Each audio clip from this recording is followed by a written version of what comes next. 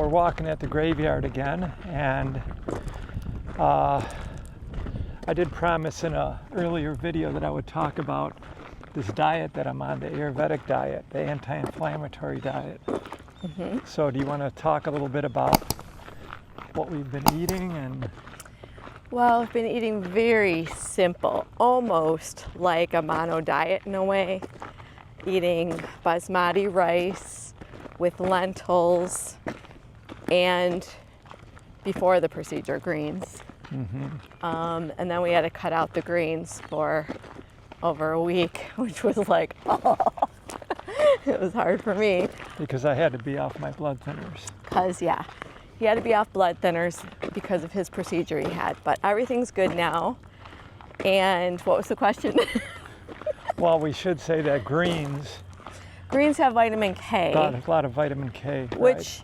normally is not a problem, but it does thicken your blood or have the potential to coagulate, they say, Right. the blood. And so if you know you need to be on blood thinners and are off blood thinners, then you shouldn't have foods high in vitamin K because you're at risk of stroke, which is why he was off.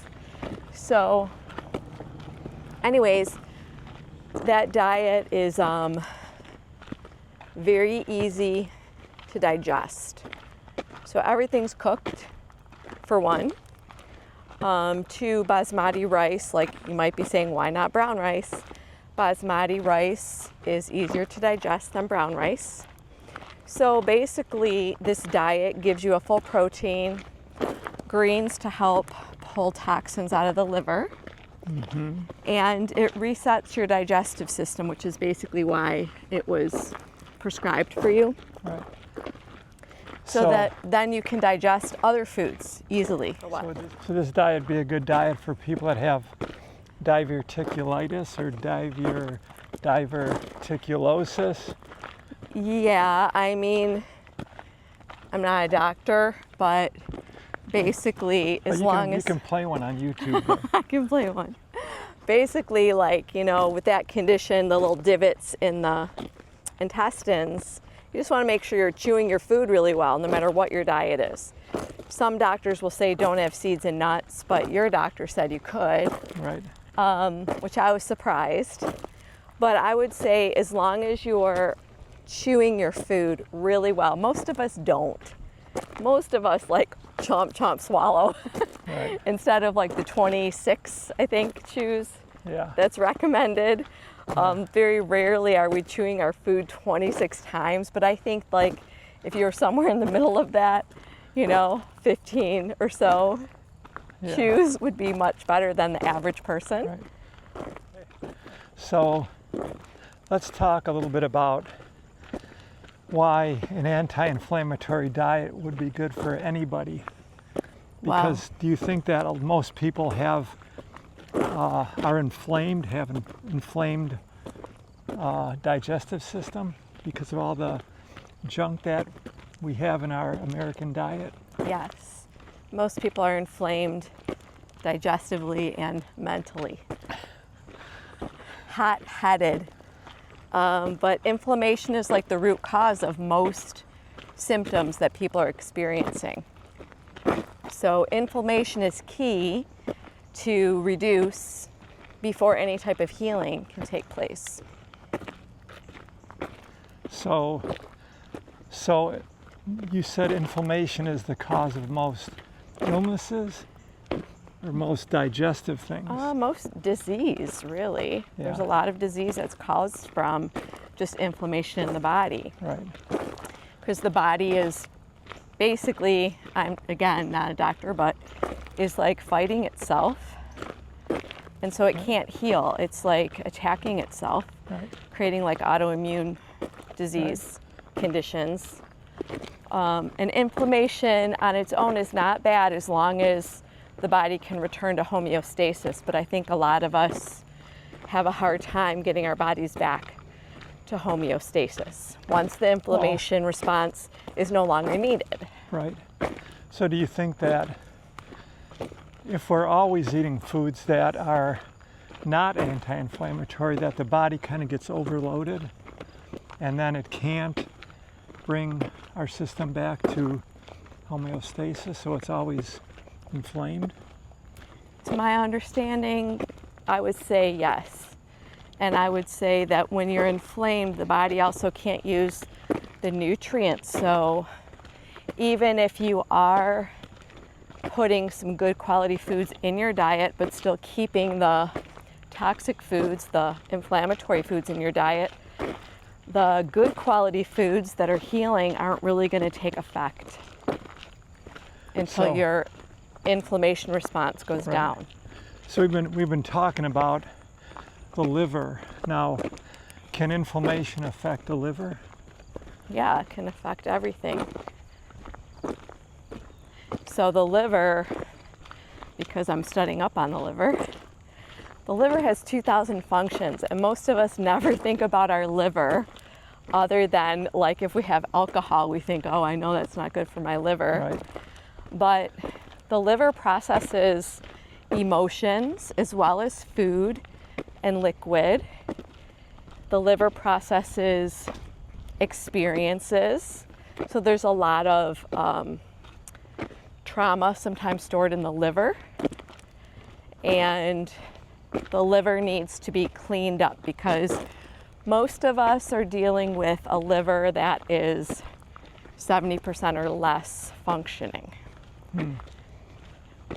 So we're talking about foods like you said, we often think about overindulging in alcohol has a negative effect on our liver, but overindulging in a lot of foods, the wrong foods, can also affect our liver. Processed sugar, really bad for the liver. Anything processed meats, like the worst. Cheese, dairy, those types of things, eggs. So that's why a vegetarian, or better yet, a vegan diet is recommended, even if you don't keep that diet for the rest of your life, at least while you're taking care of the issues going on. Like if you want to solve your inflammation issue, then to be vegan during that time. That could be like a month, 3 months, 6 months, depends on how much damage there is. Right. So we started getting on the topic of liver because Abby made arrangements to see this Ayurvedic doctor who's a friend of ours, who is also a medical doctor from India, and she practices Ayurvedic medicine, which is yogic medicine. So Abby wanted her to see me because of my kidney function, and so when I went to see her, she prescribed this diet, this rice, mung, and lentils and greens. And greens.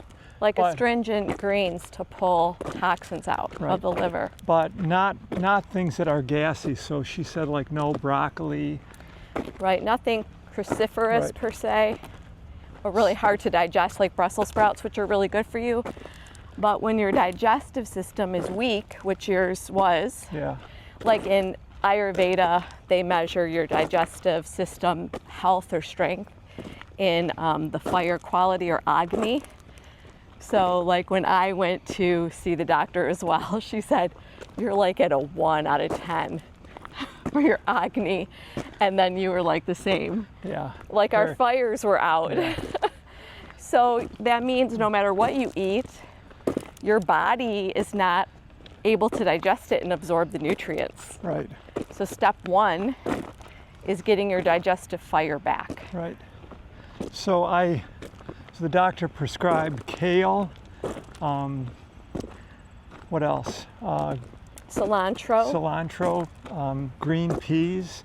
Green peas are okay. Asparagus. Asparagus, really good for your liver. I said kale, what else was there? Could also do like collard greens. Collard greens. Chard. Leafy greens, basically. Yeah. There was something else that I was thinking of besides kale. Oh, spinach. Yeah, We're spinach. also having, So,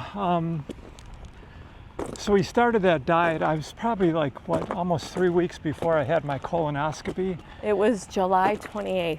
Okay, so that was about 3 weeks. I had my colonoscopy on, what, the 22nd.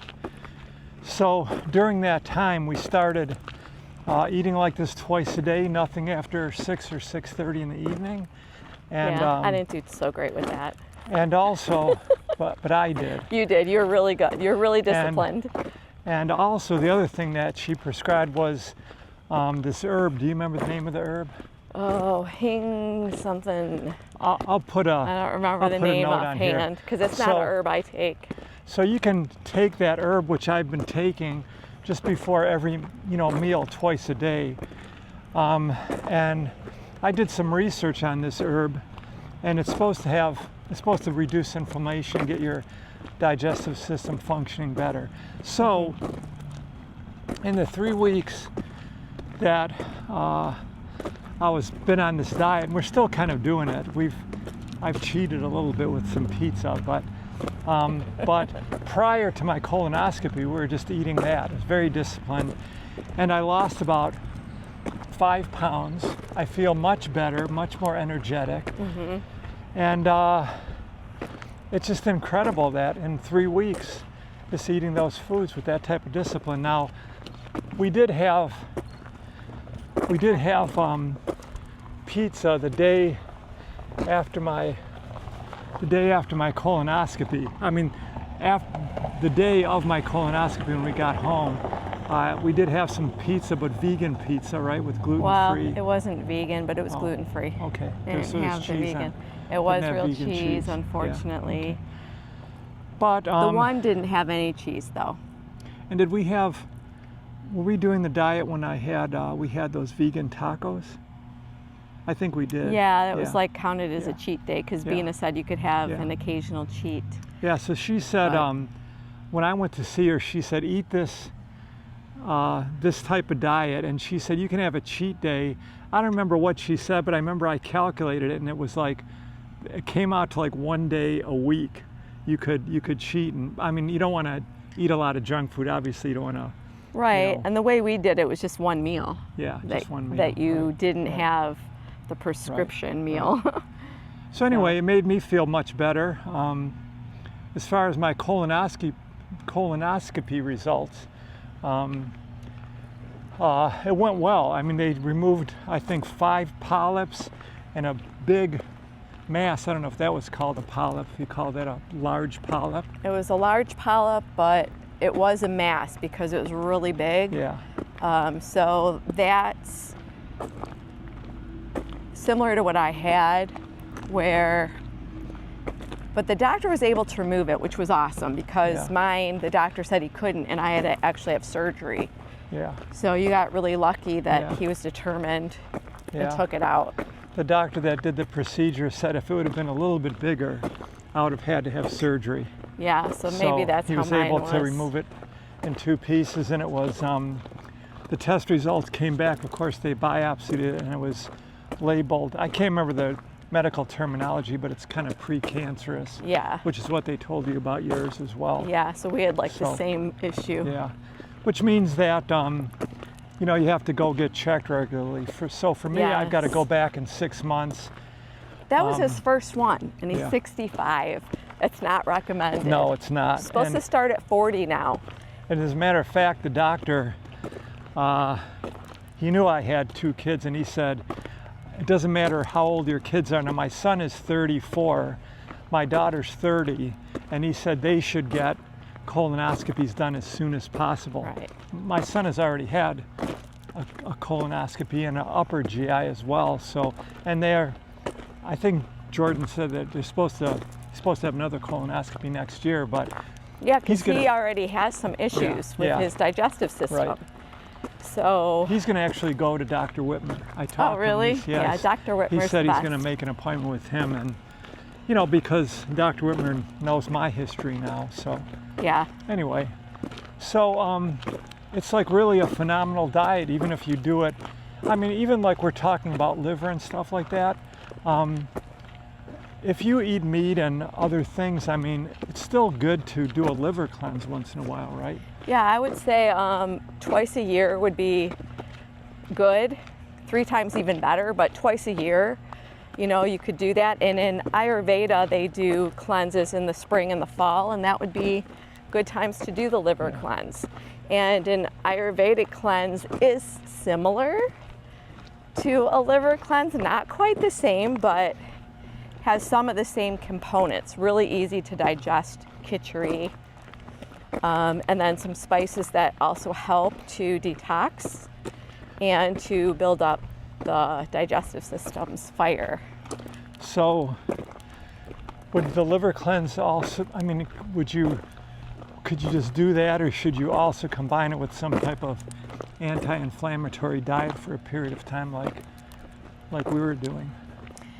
Well, what I recommend, because I'm going to be leading a program next year about liver health, I recommend is with any cleanse, or if you're changing your diet, to start slow and small, meaning first get rid of some of the highly toxic foods. So do an elimination diet where, like for me, I wasn't drinking a lot of coffee, but I went down from 1 cup to half a cup to really not even a 1/4 cup of coffee. I was mixing it with herbal so that I didn't suffer the headaches when you get rid of the caffeine. Yeah. Caffeine's hard on the liver.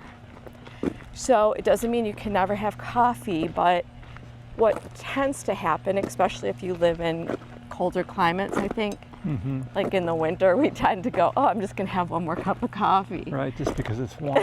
Yeah, because it's warm and so comforting, and gives you some energy, because winters are dark and cold, and so then you find yourself on a regular schedule of having 2 cups of coffee, which is what happens to us.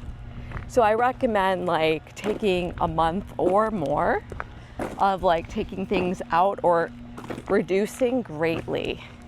Things like coffee, taking out completely during the cleanse alcohol, processed foods. Yeah. Or try to at least minimize processed foods. Yeah, take them out during the cleanse, but minimize them before. So stop going to McDonald's. Yeah. For those of you that like to go to McDonald's. Minimize any animal products beforehand and eliminate them during. Yeah.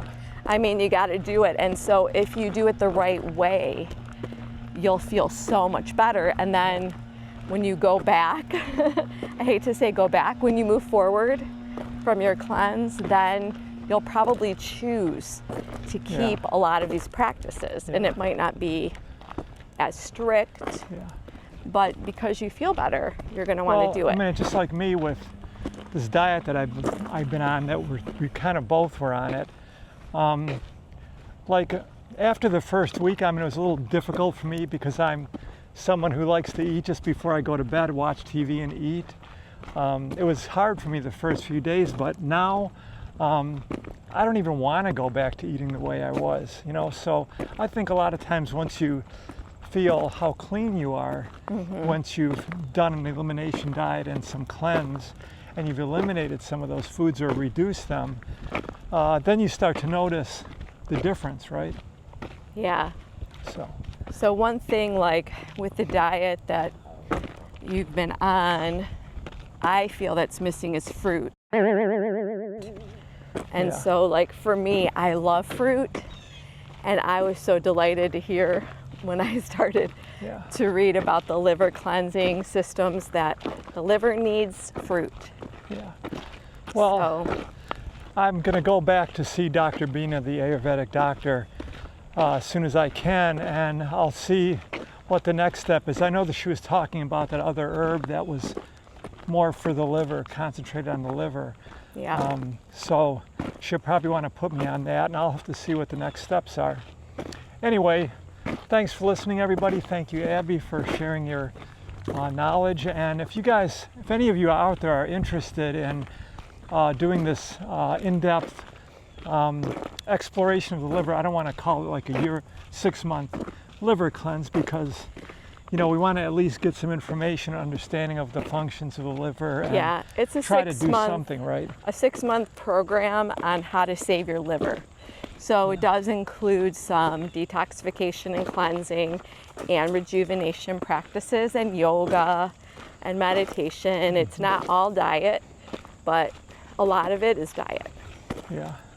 The last thing I'll say, so like I said, I'll put the Abby's website, and you can just sign up to get our newsletters, and then once the information is on there, you'll get the information. The last thing that Dr. Bina, the Ayurvedic doctor, told me was that even though she was seeing me for my kidney function, she said the liver affects everything else. So she said it will affect your kidneys. So she said first you have to take care of the liver. Yes, and that's the same thing with most conditions. Yeah. Is that it stems from the liver. A lot of people are saying it's the gut. Well, the gut stuff stems from a sluggish liver, or a fatty liver, or thickened blood, which comes from the liver not functioning right. So the liver is the source of really good health. Yeah. And so I know it's up and coming, and I know that there are things out there about the liver when you look for it, but it's to the point where the public needs to know, because a lot of doctors don't talk about it. Right. And we had to go to a specialty doctor who, doesn't take insurance. Yeah. She's holistic. And to find out this information that all the problems that I was having too with my skin all stemmed from toxins in my blood because of my liver. Yeah. So it's just interesting information that everybody should know. So anyway, maybe we'll do another video showing some of the variations of the recipe that we've been using. Abby was saying already, we've been cooking with basmati rice, and we do put turmeric in there, which is also very good for you, also anti-inflammatory. And ginger. And ginger. And cilantro. And then you also have to put in a little bit of black pepper, because the black pepper kind of intensifies the... it allows you to absorb the benefits of the turmeric. Yeah. And... I'm sorry, go ahead. I mean, we do use like the cooking spice, but it's best to use the root when possible of both the turmeric and the ginger. But it's still helpful to have the powder. Do. Yeah. But I feel so much better. I've actually, this diet is actually, I had a really problem for almost a year now with bloating. And I always thought it was because, when your heart doesn't function properly, it can help make you retain water. So you can get bloated. And I was taking water pills, and it just wasn't doing anything. So when I went on this diet, one of the things that I noticed was my bloating went away, and I didn't really need to take the water pills. And the doctors would prefer if I didn't take water pills, because they can put strain on your kidneys. So, I got to be careful with that as well. So, anyway, thanks. See you guys later. Bye-bye. Bye.